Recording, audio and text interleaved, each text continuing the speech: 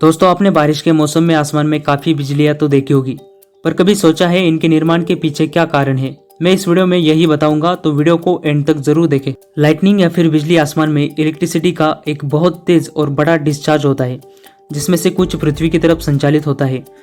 बिजली का एक निर्वहन उन बादलों में निर्माण होता है जिनमें बहुत ज्यादा मात्रा में नमी यानी कि मॉइस्चर होता है। इस तरह के बादल जमीन से 1 से 2 किलोमीटर के अंतर से शुरू होते हैं और अधिकतम 12 से 13 किलोमीटर की ऊंचाई तक होते हैं। इनमें सबसे ऊपरी बादलों में टेम्परेचर -35 से लेकर -40 डिग्री सेल्सियस तक होता है। अब जैसे जैसे पानी की भाप बादलों की तरफ ऊपर जाती है, गिरता तापमान उसे कंडेंस करता है। आसान भाषा में भाप पानी में कन्वर्ट होने लगती है और इस प्रोसेस के दौरान हीट का निर्माण होता है।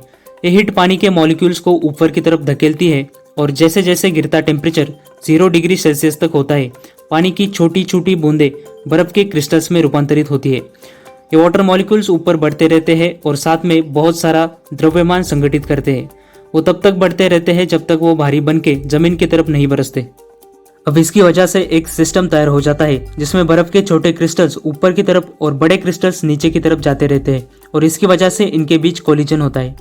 इन कोलिजन्स की वजह से इलेक्ट्रॉन्स निकलते हैं। ये बिल्कुल उस तरह है जैसे स्पार्क्स निकलते हैं। ये इलेक्ट्रॉन्स काफी ज्यादा कोलिजन करते हैं और इलेक्ट्रॉन्स की संख्या बढ़ती है, जिसकी वजह से चेन रिएक्शन बनती है। इसके कारण एक ऐसी सिचुएशन बनती है जिसमें बादलों का सबसे ऊपर का लेयर पॉजिटिवली चार्ज होता है और मिडल लेयर निगेटिवली चार्ज होता है। इन दोनों लेयर्स के बीच का विद्युत संभावित अंतर यानी कि इलेक्ट्रिकल पोटेंशियल डिफरेंस काफी ज्यादा होता है, जो कि 1 से 10 बिलियन वोल्ट्स का होता है। बहुत ही कम समय में लगभग 1 लाख से 10 लाख एम्पियर का करंट बादलों के लेयर्स के बीच में दौड़ता है। इस वजह से दोनों लेयर्स के बीच बहुत ज्यादा अमाउंट में हीट जनरेट होती है और जैसे ही हीट बढ़ती है, पावरफुल शॉक वेव्स निर्माण होती है और इन्हीं शॉक वेव्स की वजह से लाइटनिंग या फिर बिजली गिरती है। अब शायद आप ये सोच रहे होंगे कि बिजली आखिर जमीन तक कैसे आती है।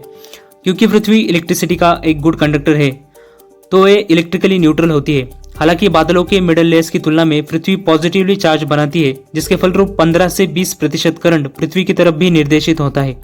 करंट का यही फ्लो जमीन तक आकर नुकसान पहुंचाता है। आपने सुना होगा बिजली अक्सर पेड़ों पे या फिर किसी ऊंची जगह जैसे कि बिल्डिंग या फिर टावर्स पे गिरती है। इसके पीछे वजह यह है कि जब बिजली सरफेस से 80 से 100 मीटर की दूरी पर होती है, वो उसकी डायरेक्शन चेंज करती है और वो उसी सरफेस पे जाके गिरती है। ये इसलिए होता है क्योंकि हवा इलेक्ट्रिसिटी का एक अच्छा वाहक नहीं होती है और जो इलेक्ट्रॉन्स हवा से ट्रैवल कर रहे होते हैं वो अच्छे कंडक्टर और जमीन पर पहुंचने के लिए कम से कम रास्ते की तलाश करते हैं। भले ही टेक्नोलॉजी कितनी भी एडवांस हुई हो, पर बिजली के गिरने की पोजीशन का अनुमान नहीं लगाया जा सकता। इसलिए बेहतर यही है आप ऐसे समय पेड़ों के नीचे और खुली जमीन पर खड़े ना हो। इस वीडियो में बस इतना ही। अगर आपको वीडियो पसंद आया तो चैनल को सब्सक्राइब जरूर करें।